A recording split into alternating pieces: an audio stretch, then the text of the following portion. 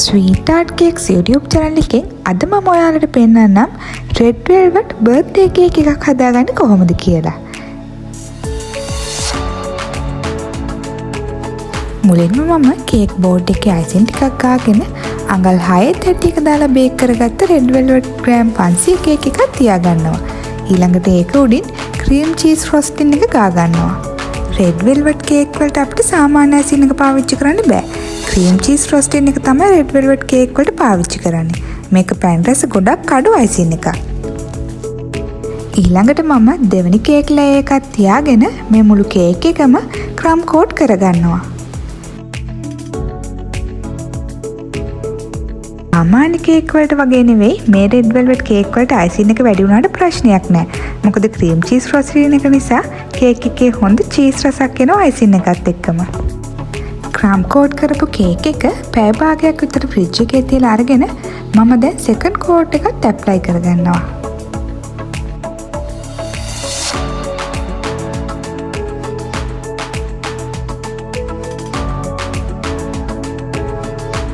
Cake එක හොඳට neat කරගෙන ආටිෆිෂල් රෝසස් වලින් තමයි මම මේ කේක් එක දැන් ලස්සන කරගන්නේ.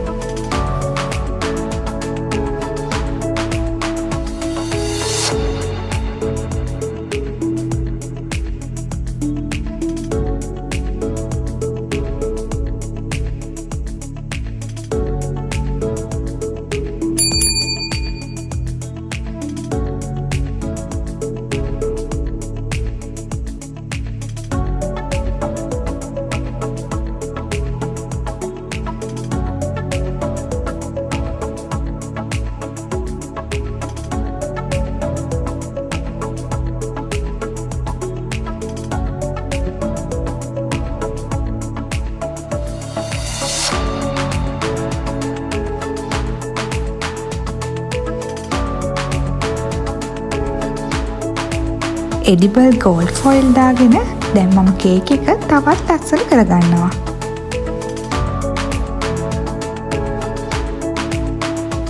ඊළඟට happy birthday කියලා ගහලා තියෙන ටොපර් එක මම කේක් එක උඩින් මේ විදිහට ගහගන්නවා. මේ කේක් එකේ තීම් එකට ගැලපෙන විදිහට red velvet cup cake ටිකකුත් මම හැදුවා. දැන් ඒක ඩෙකොරේට් කරගමු. මුලින්ම මම 2D nozzle එක තමයි මේ පාවිච්චි කරන්නේ.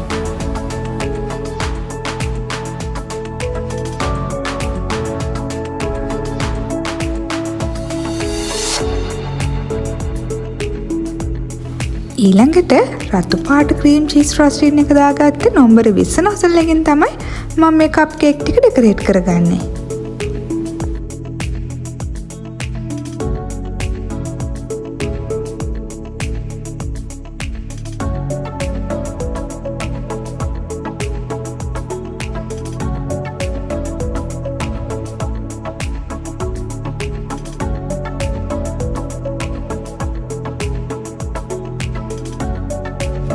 කප් කේක් එකේ ලස්සනතාව වැඩි වෙන්න gold color sprinkles ටිකකුත් මම මේක උඩින් දාගත්තා.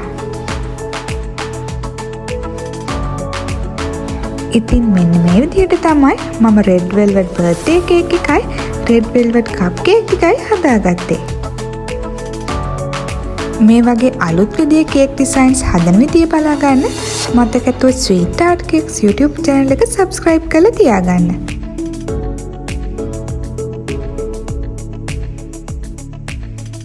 එහෙනම් අලුත් වීඩියෝ එකකින් අපි නැවත හමු වෙමු.